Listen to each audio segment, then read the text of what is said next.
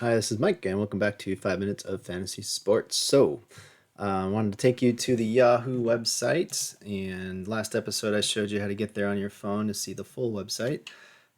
Basically, you just type in Yahoo Fantasy Sports into your browser, and then you make sure it doesn't take you over to the app, and you can do everything that I'm doing on your phone.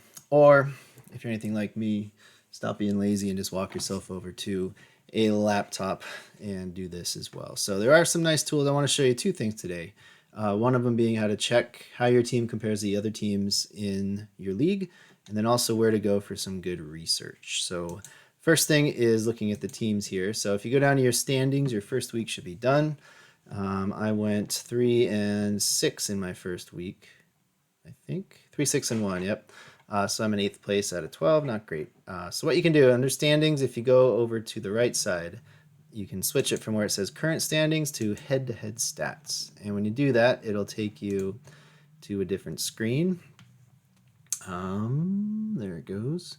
And this will show you kind of your numbers in all the categories just to see what it kind of looks like here. So looks like my internet decided to slow down as soon as I started my podcast. That's wonderful. But this is the same way you can do it in basketball. When you're doing head-to-head matchups, it shows you your matchup in the categories, and then it also shows you like the individual stats your team accumulated for the week. So it's only the first week, so don't get too bummed about whether or not it works. Um, I was thinking about the wrong thing, but anyway, my internet's not working right now, so I'll probably have to talk you through this. But when you click on it, you can click on each individual category and it'll sort it by pitchers and it'll sort it by hitting. So you can see where you kind of fall with the other teams in the league. If your team is, say, in first place in stolen bases by quite a large margin, so you had 8 last week and you only needed 4 to have the second most, maybe you might want to target a team who has 0 or 1 stolen bases and see if you can get something you're missing, like maybe some um, power hitting or average or something like that.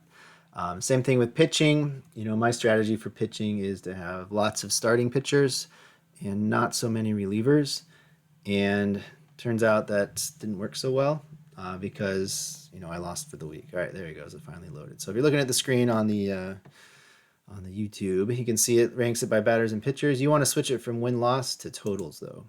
And when you switch it to totals, it will eventually show you, instead of showing you which categories you won or lost, it'll show you the actual numbers from those categories.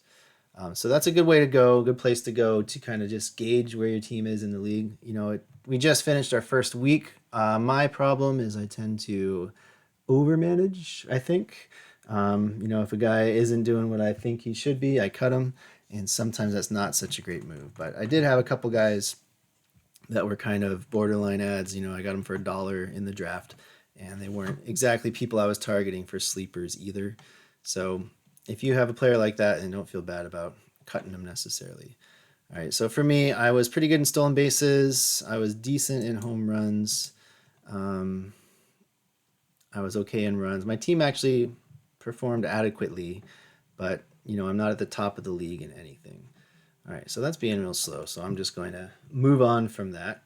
And the other thing is finding good websites to do research from. So I found one that's kind of a compiler, and I'm putting it up on the screen right here. It's called the Top 30 Fantasy Baseball Blogs and Websites. And I'll put this in the link as well in the episode. But I'll just read it. It says blog.feedspot.com/fantasy_baseball_blogs. So that kind of goes and shows you through all the different websites that people use to gather data. So if you're wondering, where you can go to maybe get a sleeper, or maybe you're in a league with like keepers, you can add minor leaguers possibly, find the next, superstar or whoever it might be. This one here, the list I had open, and it has a list of what this person considers the top 100 pitchers. All right, so it goes through and it has different information for you, and this is more focused on rotisserie, it looks like, but it has some other stuff as well. So yeah, basically, the more you read about fantasy sports, the more you look at baseball, the more information you have to make your decision. And as long as that doesn't lead to, analysis paralysis, where you can't make a decision or you just give up because you're reading too much, Anyway, so like this article here, March 10th, it says, I'm buying up shares of Hyunjin Ryu. He just went on the 10-day DL.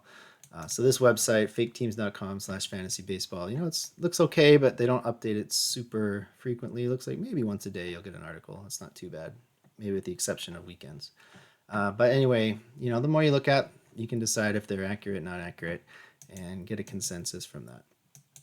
All right, so those are the two things I think you should probably focus on if you're looking to, first off, see where your team is in comparison to other teams in the league. And then after you do that for your hitting and your pitching, if you want to look to maybe make a move or try to make a trade, that could be an idea that'll help your team out as well. So that's it for today. I'll be back soon with an episode about maybe some potential adds and drops. We had a couple suspended games today, which was no fun because of the weather, but hopefully you can make it up for it later in the week.